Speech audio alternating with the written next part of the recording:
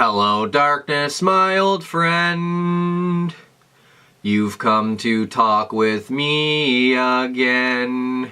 Sens lose 5-1 to the Tampa Bay Lightning.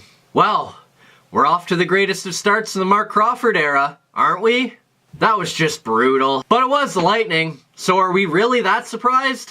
And really, these videos are becoming very boring for me to make because it's the same time every time. The Sens lose, they got filled in, they played bad defense. So let's just get into lineup changes. So Guy Boucher gets fired, Mark Crawford becomes the interim coach, he's told to play the kids, and what does that mean? Christian Wolanin is a healthy scratch for the second game in a row. We're off to a great start here. One smart move saw Drake Batherson return to Belleville and Rudolph Balcers return to the lineup. And he got the start and goal as the Sens look to snap a 6-game losing streak. So Wolanin's out, and I beg you, please, just send him back to Belleville. And while they didn't play Wolanin, they did make a number of changes to the lineup, hoping to help out the kids. The Sens' top line saw Colin White and Brady Tkachuk remain together, and J.G. Pageau added to their wing. Pageau reminds me of a poor man's Mark Stone, and Stone spent a majority of the season playing with those two, so I was really excited to see that line. I thought that was a really nice line to try. Then from there, Balcers and Tierney were placed in a line with Ryan.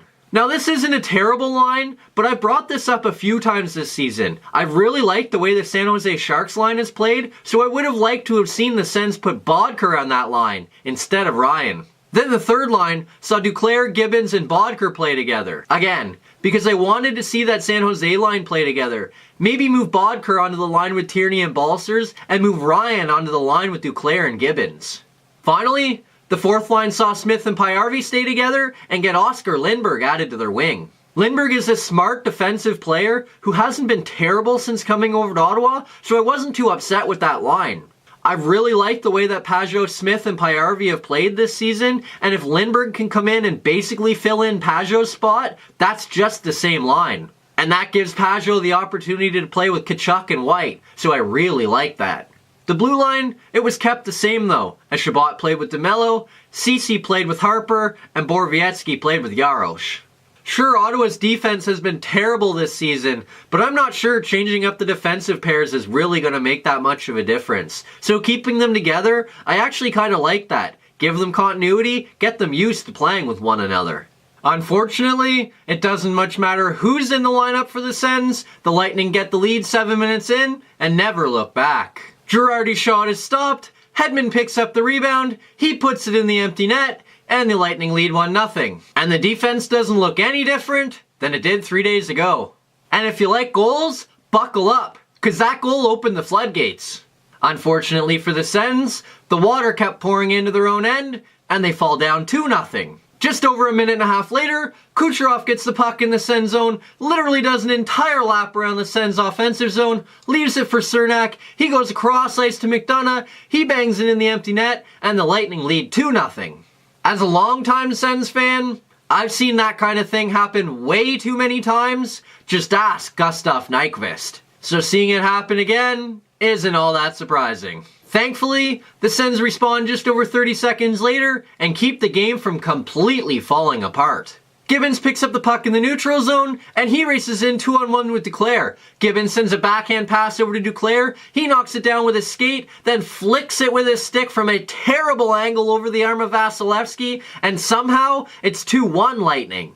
And just like that, Duclair has a second goal in 4 games with the Sens. Add in a post, and Duclair has scored in almost every game since joining Ottawa. Some start. If he can keep that up, he's due for a raise, and you could expect him to stay in Ottawa.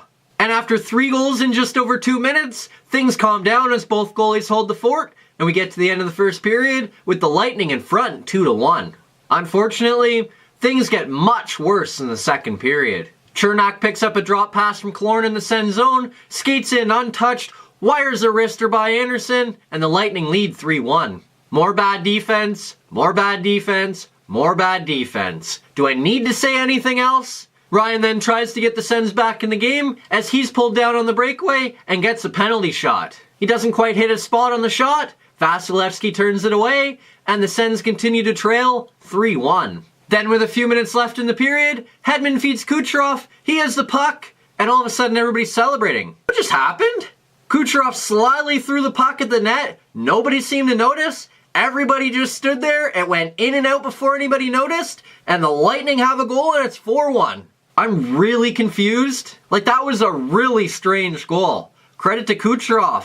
But what was everybody doing? I mean, I didn't know he shot either, but I was also watching on TV. Anyway, the Lightning get a weird goal, lead 4-1, and take a 4-1 lead into the third period.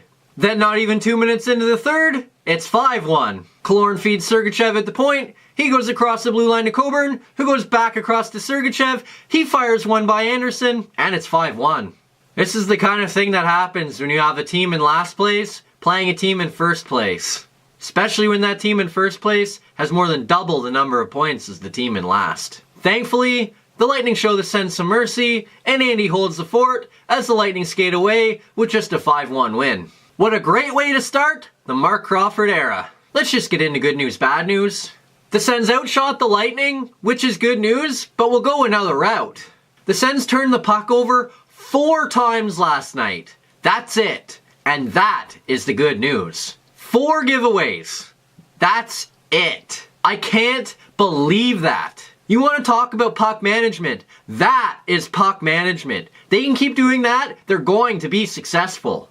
There are a lot of things they need to do better. One of them is not puck management, because they were very good last night, and that is the good news. Now, for the bad news. The Lightning had 4 goals last night from defensemen, and that is the bad news. Credit to the Lightning for sure for getting those goals, but the Sens should have never let 4 Lightning defenders score. And it really was 4 different Lightning defenders. 2/3 of the Lightning's entire defensive core from last night scored a goal. They gave up shots from the point, they gave up rebounds, they gave up odd man rushes. Didn't seem to matter what was going on. The Lightning defenders were just in the right spots and getting goals. Ottawa needs to do a better job of keeping track of those defensemen and taking away the middle of the ice. Because last night, the Lightning scored 4 times from defenders, and that is the bad news. Next up, the Sens return to action tonight when they take on the Florida Panthers. The contest will be the third of 4 meetings on the season between the two teams, with the Panthers dominating the season head-to-head, winning 5-1 and 7-5. While the Panthers have struggled a little bit this season, they do come in as the better team, having an 18-point edge in the standings on the Sens, with a game in hand. Recently though, the Panthers have had their own struggles, as they've lost 3 in a row. Shutting down former Sen Mike Hoffman, as well as Jonathan Huberdeau and the rest of the Panthers offense, is going to be key if the Sens hope to pick up a win. See you later tonight.